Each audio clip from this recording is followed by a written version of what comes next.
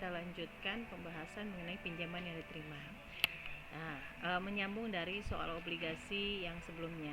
Jadi ada Tuan Denis, dia adalah salah satu nasabah yang membeli obligasi yang diterbitkan oleh Bank Omega. Tuan Denis ini membeli 10 lembar dengan nominal 1 juta, suku bunganya 12% setahun. Nah, dia datang ke Bank Omega hendak mencairkan atau menjual obligasi tersebut pada akhir bulan kedua. Jadi sebelum jatuh tempo, si Tuan Denis ini ingin menjual kembali obligasinya, ya. Nah, sebanyak 10 lembar atau 10 juta. Nah, pada akhir bulan kedua. Nah, bulan kedua ini bunganya kebetulan belum dibayarkan oleh Bank Omega. Maka oleh Bank Omega akan dibuat jurnal. Tadi bunganya 1% ya, sebulan. Dia punya, Denis itu punya 10 juta. Berarti 10 juta kali 1%, 100.000. Berarti bunga yang akan dibayarkan oleh Denis pada bulan kedua itu adalah 100.000. Jurnalnya beban bunga obligasi 100.000, hutang obligasi kepada si Denis, hutang Omega obligasi dalam bentuk obligasi berkurang karena sudah dibayarkan ke Denis 10 juta. Nah, gironya Tuan Denis akan bertambah 10 juta 100.000. Hasil pencairan ini dimasukkan ke dalam giro Tuan Denis. Bisa saja Denis meminta hasil pencairannya dibayarkan tunai atau ditransfer ke temannya atau dimasukkan dalam tabungannya, itu bisa saja. Jadi bermain di akun ini saja. Oke ya. Nah, itu obligasi. Nah, keempat adalah pinjaman untuk pembiayaan bersama. Kewenangan pemberian pinjaman untuk tujuan pembiayaan bersama proyek-proyek tertentu berada di kantor pusat. Untuk setiap kali diterima dana pinjaman untuk tujuan pembiayaan bersama akan dibukukan ke dalam rekening pinjaman yang diterima atas nama pembiayaan bersama.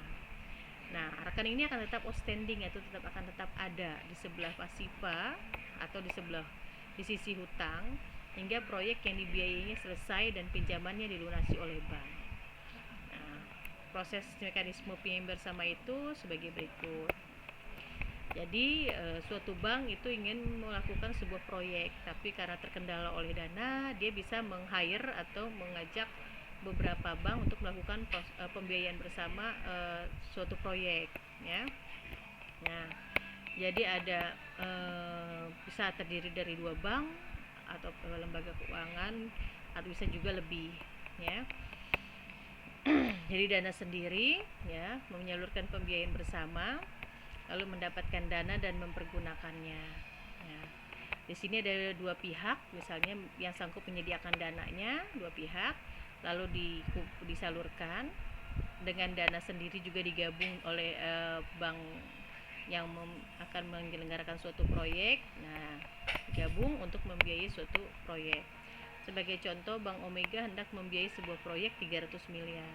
Nilai proyeknya 300 miliar. Untuk memenuhi kebutuhan dana ini telah bersedia 2 buah bank lain, yaitu Bank ABC dan Bank XYZ, dengan masing-masing sumbangan modalnya 100 miliar. Nah, berarti Bank Omega membiayai 100 miliar, ABC 100 miliar, XYZ 100 miliar, ya. Ya, jadi besarnya pinjaman yang diterima untuk tujuan pembiayaan bersama ini adalah 200 juta, yaitu dari ABC dan XYZ, ya, yang disediakan langsung dalam rekening giro masing-masing bank, sedangkan sisanya menjadi beban atau tanggungan Bank Omega. Maka Omega kantor pusat akan membuat jurnal sebagai berikut.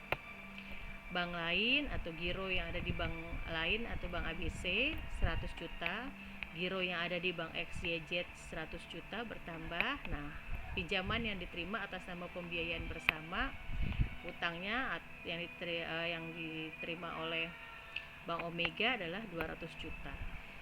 Ya, itu untuk mencatat pinjaman yang diterima atas pembiayaan bersama. Nah, selain dari keempat itu ada pula kewajiban lain-lain, ya, dalam suatu bank. Nah, kewajiban lain-lain ini adalah kelompok hutang yang tidak dapat dikelompokkan ke dalam pos sumber dana, ya, jadi terpisah. Yang pertama adalah pendapatan diterima di muka. Yang kedua selisih hutang pajak. Yang ketiga itu ada beban yang masih harus dibayar.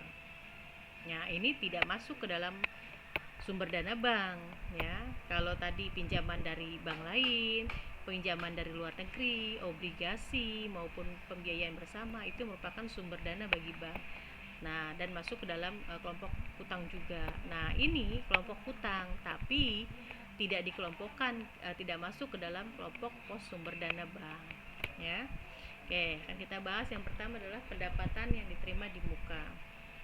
Apa itu? Yaitu jumlah uang atau aktiva lain yang diperoleh tetapi belum diakui sebagai pendapatan untuk periode yang bersangkutan, atau kasarnya kita sudah memperoleh pendapatan duluan tapi pekerjaannya belum kita laksanakan, ya. Itu yang namanya pendapatan diterima di muka.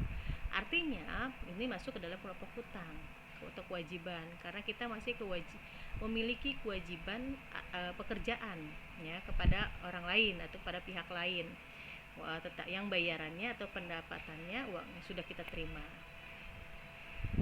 Contoh, Bank Gunadarma menempatkan dananya pada Bank Permata dalam bentuk sertifikat berjangka yang bunganya diterima di muka sebesar 200 juta.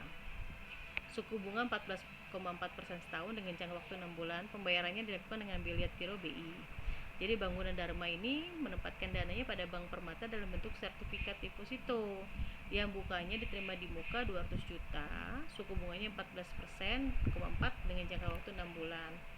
Nah, maka jurnalnya adalah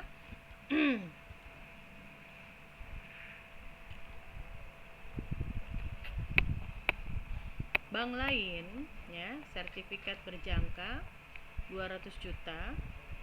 Nah, lalu ada bunga sertifikat berjangka yang diterima di muka 14.400.000 dan ada Bank Indonesia 185.600.000. Nah,